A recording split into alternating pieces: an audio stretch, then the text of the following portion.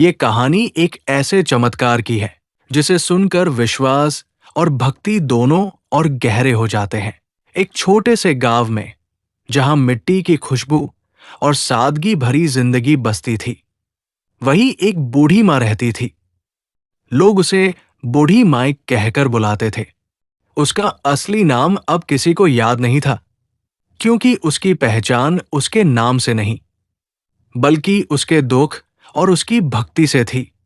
उसकी आंखों में हमेशा एक खालीपन रहता था, एक इंतजार, एक दर्द जो कभी खत्म नहीं होता था। कई साल पहले उसका एक बेटा था, उसका इकलौता सहारा, उसकी दुनिया। लेकिन एक दिन वो अचानक कहीं खो गया। किसी को नहीं पता चला कि वो कहाँ गया, कैसे गया। बस एक दिन गया और फिर कभी लौटकर नहीं आया। उस दिन के बाद बूढ़ी माई की जिंदगी बदल गई। वो हर दिन गांव के रास्तों पर बैठकर अपने बेटे का इंतजार करती, हर गुजरते हुए आदमी को देखती, और हर बार उसकी आंखों में वही सवाल होता, क्या तुमने मेरे बेटे को देखा है? लोग उसे समझाते, कहते कि अब वो नहीं आएगा। लेकिन एक मां का दिल कैसे मान ले? धीरे धीरे गांव वालों ने भी उसे पागल समझना शुरू कर दिया। लेकिन बूढ़ी माई को किसी की बात से फर्क नहीं पड़ता था। उसके पास अब सिर्फ एक सहारा था, उसकी भक्ति। वो हर दिन बाबा खाटू श्याम का नाम जपती, आंसू बहाते हुए कहती, हे श्याम बाबा, मेरे बेटे को वापस लौटा दो। चाहे जैसे भी, मैं उसे एक बार देखना चाहती हूं। साल बीतते गए, उसका शरीर कमजोर हो गया, हाथ कांपने लगे, आंखों की रोशनी भी धुंधली पड़ने लगी। लेकिन उसकी आस नहीं टूटी। एक दिन गांव में मेला लगा हुआ था। सब लोग खुश थे, लेकिन बूढ़ी माई हमेशा की तरह अकेली थी, मंदिर के बाहर बैठी हुई, हाथ जोड़कर प्रार्थना कर रही थी। उस दिन उसने बहुत रोते हुए कहा, बाबा, अब मुझसे और इंतजार नहीं होता। अगर मेरा बेटा जिंदा है तो उसे मेरे पास भेज दो, और अगर नहीं है तो मुझे भी अपने पास बुला लो। उसकी आवाज में इतनी सच्चाई थी, इतना दर्द, कि मानो आसमान भी सुन रहा हो। उसी शाम, जब सूरज ढल रहा था और आसमान हल्का सुनहरा हो गया था, गांव के बाहर से एक युवक धीरे धीरे चलता हुआ आ रहा था। उसके चेहरे पर अजीब सी शांति थी, आंखों में करुणा और मुस्कान में अपनापन। वो सीधे मंदिर की ओर गया और वहां बैठी बूढ़ी माई के पास आकर रुक गया। बूढ़ी माई ने धीरे से सिर उठाया, और जैसे ही उसने उस युवक को देखा, उसका दिल जोर से धड़कने लगा। वो कांपती आवाज में बोली, बेटा। युवक ने मुस्कुराकर कहा, हाँ मां, मैं आ गया। ये सुनते ही बूढ़ी माई के आंसू बहने लगे। उसने बिना कुछ सोचे उस युवक को गले लगा लिया। उसके लिए वो उसका खोया हुआ बेटा ही था। उस दिन के बाद सब कुछ बदल गया। वो युवक उसी के साथ रहने लगा, उसे मां कहकर बुलाता, उसका ख्याल रखता, उसके लिए खाना बनाता, दवा देता, और हर समय उसके साथ रहता। गांव वाले हैरान थे, क्योंकि किसी ने उस युवक को पहले कभी नहीं देखा था। लेकिन बूढ़ी माई के चेहरे की खुशी देखकर किसी ने कुछ नहीं कहा। धीरे धीरे बूढ़ी माई की हालत भी सुधरने लगी। उसका चेहरा फिर से खिलने लगा, आंखों में चमक लौट आई। वो अब हर किसी से कहती, देखो, मेरा बेटा लौट आया। बाबा ने मेरी सुन ली। कुछ लोग विश्वास करते, कुछ नहीं, लेकिन उस मां के लिए सच सिर्फ एक था, उसका बेटा वापस आ गया था। एक दिन गांव में एक साधु आया। उसने जब उस युवक को देखा तो कुछ देर तक उसे ध्यान से देखता रहा, फिर धीरे से मुस्कुराया।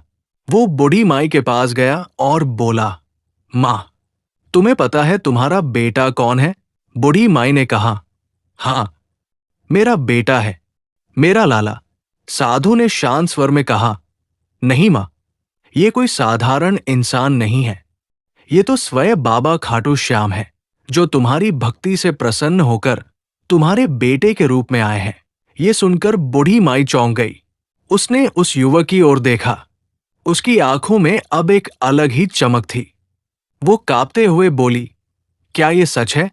युवक ने बस मुस्कुराकर उसकी ओर देखा और कुछ नहीं कहा। लेकिन उसी रात जब बूढ़ी माई सो रही थी, उसे एक सपना आया। उसने देखा कि वही युवक एक दिव्य रूप में खड़ा है। चारों ओर प्रकाश फैल रहा है और उसकी आवाज गूंज रही है, मां, मैं तुम्हारी भक्ति से बंध कर आया हूं। तुम्हारे आंसुओं ने मुझे मजबूर कर दिया। तुमने मुझे बेटे की तरह पुकारा, इसलिए मैं बेटे बनकर आया। अब तुम्हारा दुख खत्म हो गया है। सुबह जब बूढ़ी माई की आंख खुली, वो रो रही थी, लेकिन इस बार उसके आंसू खुशी के थे। उसने चारों ओर देखा, लेकिन वो युवक वहां नहीं था। वो कहीं चला गया था। पहले तो वो घबरा गई, लेकिन फिर उसे अपने सपने की बात याद आई। वो मुस्कुराई और मंदिर की ओर चल पड़ी। उस दिन उसके चेहरे पर कोई दर्द नहीं था, कोई इंतजार नहीं था, क्योंकि अब उसे सच्चाई पता चल चुकी थी। वो मंदिर में जाकर बोली, धन्यवाद बाबा, आपने मेरा बेटा बनकर मेरी गोद भर दी। उस दिन के बाद बूढ़ी माई ने कभी किसी से अपने बेटे के बारे में नहीं पूछा। वो बस हर दिन मंदिर में बैठकर बाबा का नाम जपती और शांत मन से जीवन बिताने लगी। कुछ समय बाद एक दिन वो मंदिर में ही बैठी बैठी भगवान का नाम लेते हुए इस दुनिया से चली गई। लेकिन इस बार उसके चेहरे पर एक सुकून था, एक संतोष, जैसे उसकी हर इच्छा पूरी हो गई हो। गांव वाले आज भी उस कहानी को याद करते हैं और कहते हैं, अगर भक्ति सच्ची हो तो बाबा खाटू श्याम खुद आकर भक्त की हर कमी पूरी कर देते हैं, चाहे उन्हें किसी भी रूप में क्यों ना आना पड़े। ये कहानी हमें यही सिखाती है कि सच्चे दिल से की गई प्रार्थना कभी व्यर्थ नहीं जाती, और जब आस्था में सच्चाई होती है तो भगवान को भी आना ही पड़ता है। बूढ़ी माई के जाने के बाद भी उसकी कहानी गांव की हवाओं में गूंजती रही। लोग जब भी मंदिर के पास से गुजरते तो उन्हें लगता जैसे अभी भी उस कोने में कोई बैठा है, हाथ जोड़कर श्याम श्याम जप रहा है। समय बीतता गया, लेकिन उस घटना के बाद गांव में कुछ अजीब सी दिव्यता बस गई थी, जैसे हर कण में बाबा का आशीर्वाद हो। एक दिन गांव में एक नया परिवार आकर बसा। उनके साथ एक छोटा बच्चा भी था। नाम था मोहन। मोहन बहुत चंचल था, लेकिन जब भी वो मंदिर के पास जाता तो अचानक शांत हो जाता, जैसे कोई अदृश्य शक्ति उसे अपने पास बुला रही हो। एक दिन उसकी मां ने देखा कि मोहन मंदिर के उसी कोने में बैठा है जहां बूढ़ी माई बैठा करती थी। वो धीरे धीरे कुछ बोल रहा था। मां पास गई तो उसने सुना, मां, मैं आ गया हूं, तुमने बुलाया था ना। मां घबरा गई। उसने तुरंत मोहन को उठाया और घर ले आई, लेकिन मोहन बार बार उसी जगह जाने की जिद करने लगा। गांव वालों को जब ये बात पता चली तो सब हैरान रह गए। कुछ बुजुर्गों ने कहा, ये वही जगह है जहां बूढ़ी माई बैठती थी और जहां बाबा उसके बेटे बनकर आए थे। धीरे धीरे ये बात पूरे गांव में फैल गई।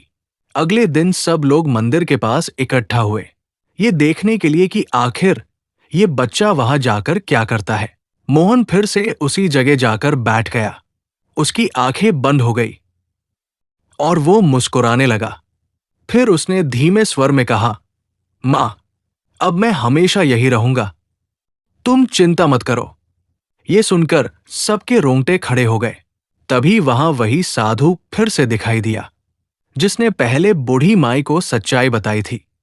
वो आगे बढ़ा और मोहन के सिर पर हाथ रखा। फिर बोला, डरो मत, ये कोई डरने वाली बात नहीं है। ये उस भक्ति का असर है जो इस स्थान पर बसी हुई है। गांव वालों ने पूछा, महाराज, क्या ये बच्चा? साधु ने मुस्कुराकर कहा, नहीं, ये बच्चा कोई अवतार नहीं है, लेकिन इसकी आत्मा उस दिव्य ऊर्जा को महसूस कर रही है जहां सच्ची भक्ति होती है। वहां भगवान की उपस्थिति हमेशा बनी रहती है। मोहन ने आंखें खोली और सीधे मंदिर की मूर्ति की ओर देखने लगा। उसकी आंखों में आंसू थे, लेकिन चेहरा मुस्कुरा रहा था। उसने हाथ जोड़कर कहा, धन्यवाद, आपने मेरी मां को खुश कर दिया। ये सुनकर सब लोग एक दूसरे को देखने लगे, क्योंकि ये शब्द, ये भाव एक छोटे बच्चे के नहीं हो सकते थे। उस दिन के बाद मोहन का स्वभाव बदल गया। वो पहले जैसा शरारती नहीं रहा।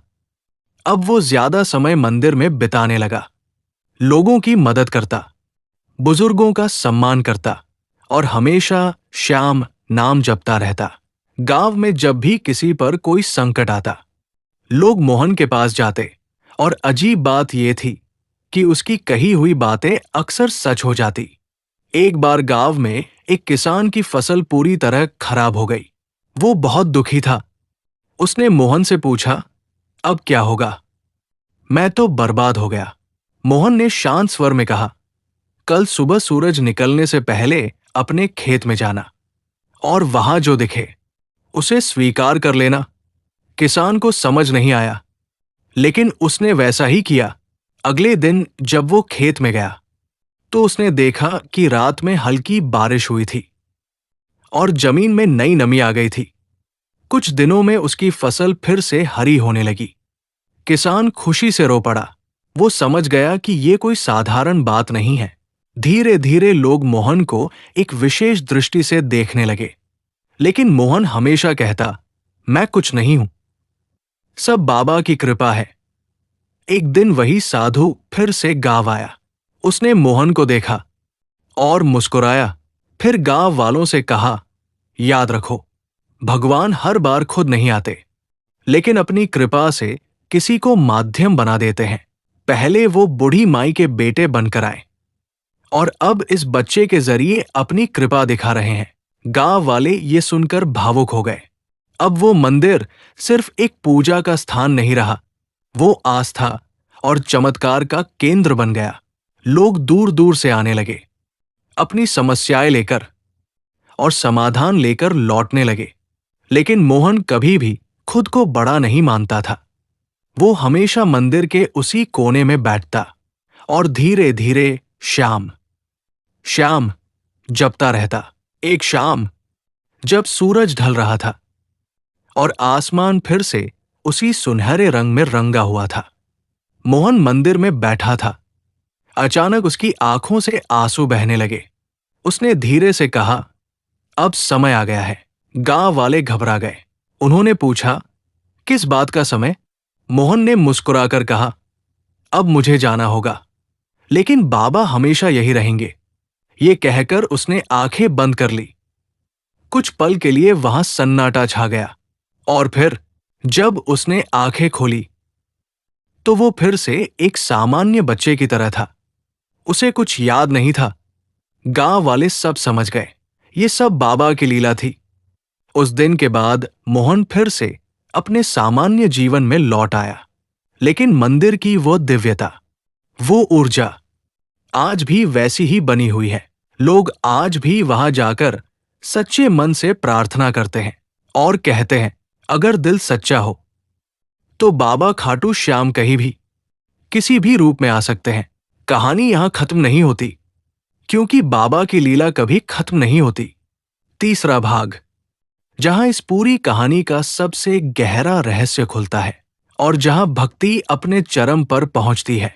समय धीरे धीरे बीतता गया, लेकिन उस गांव की पहचान अब बदल चुकी थी।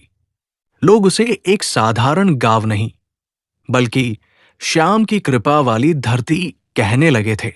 मंदिर के उस कोने में आज भी दीपक जलता था, वही जगह जहां कभी बूढ़ी माई बैठती थी, जहां उसने अपने आंसुओं से भक्ति की एक ऐसी गाथा लिख दी थी जिसे समय भी मिटा नहीं पाया। मोहन अब बड़ा हो चुका था, लेकिन उसके भीतर कहीं न कहीं वो शांति अब भी थी, वो दिव्यता अब भी थी।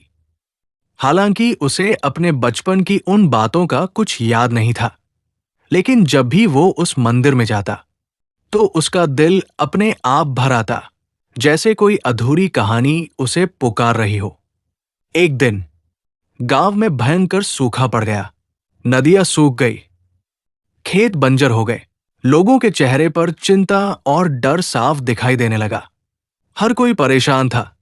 गांव के बुजुर्गों ने कहा, अब सिर्फ एक ही सहारा है, बाबा खाटू श्याम। सबने मिलकर तय किया कि मंदिर में एक बड़ा भजन कीर्तन और अखंड ज्योति का आयोजन किया जाएगा। पूरे गांव ने मिलकर तैयारी शुरू कर दी। मंदिर को फूलों से सजाया गया। हर घर से घी, तेल और प्रसाद लाया गया और फिर शुरू हुआ भक्ति का वो महासागर। दिन रात श्याम नाम की गूंज पूरे गांव में फैल गई। मोहन भी वहां बैठा था, लेकिन इस बार उसका मन बहुत बेचैन था। उसे समझ नहीं आ रहा था कि उसके अंदर ये अजीब सी भावना क्यों उठ रही है, जैसे कोई उसे पुकार रहा हो। बार बार। कीर्तन के तीसरे दिन आधी रात का समय था। सब लोग भजन में डूबे हुए थे। अचानक मंदिर के उस कोने से, जहां बूढ़ी माई बैठती थी, एक तेज प्रकाश फैलने लगा। सबकी नजरें वहीं टिक गई। धीरे धीरे वो प्रकाश और तेज होता गया, और उसी प्रकाश के बीच एक आकृति उभरने लगी। वही चेहरा, वही मुस्कान, वही करुणा। वो कोई और नहीं, स्वयं बाबा खाटू श्याम थे। पूरा मंदिर जय श्री श्याम के जयकारों से गूंज उठा। कुछ लोग रोने लगे, कुछ जमीन पर गिरकर प्रणाम करने लगे।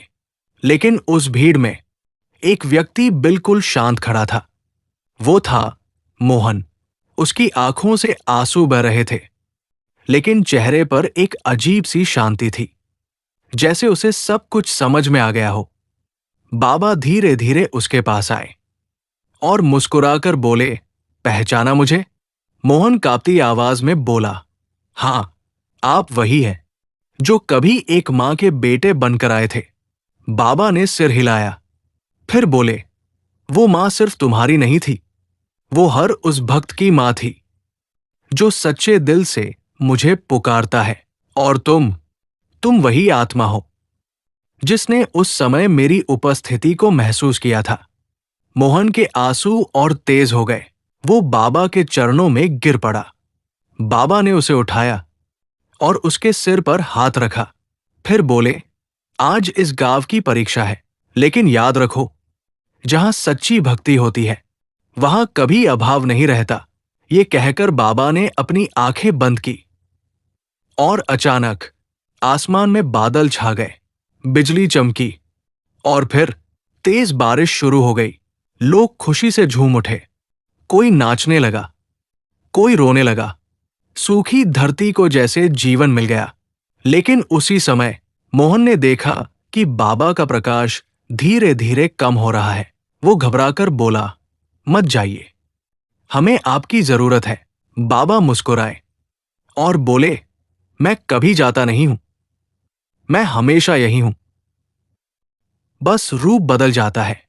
जब जब कोई सच्चे दिल से मुझे पुकारेगा, मैं आऊंगा, किसी न किसी रूप में। ये कहकर वो प्रकाश धीरे धीरे गायब हो गया। मंदिर फिर से शांत हो गया, लेकिन इस बार वो शांति अलग थी।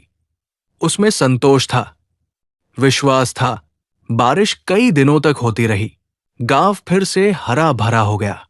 लोगों के चेहरे पर खुशी लौट आई। लेकिन मोहन की जिंदगी बदल चुकी थी। अब वो सिर्फ एक सामान्य इंसान नहीं था, वो उस अनुभव का साक्षी था जिसे शब्दों में नहीं बांधा जा सकता। उसने अपना जीवन सेवा में लगा दिया। वो हर जरूरतमंद की मदद करता, हर दुखी को सहारा देता और हर किसी से बस एक ही बात कहता, भक्ति में ताकत है। अगर दिल सच्चा हो तो भगवान को भी आना पड़ता है। सालों बाद जब मोहन बूढ़ा हो चुका था, एक दिन वो उसी मंदिर के कोने में बैठा था, वही जगह जहां कभी बूढ़ी माई बैठती थी। उसने आंखें बंद की और धीरे से कहा, मां, मैं आ गया।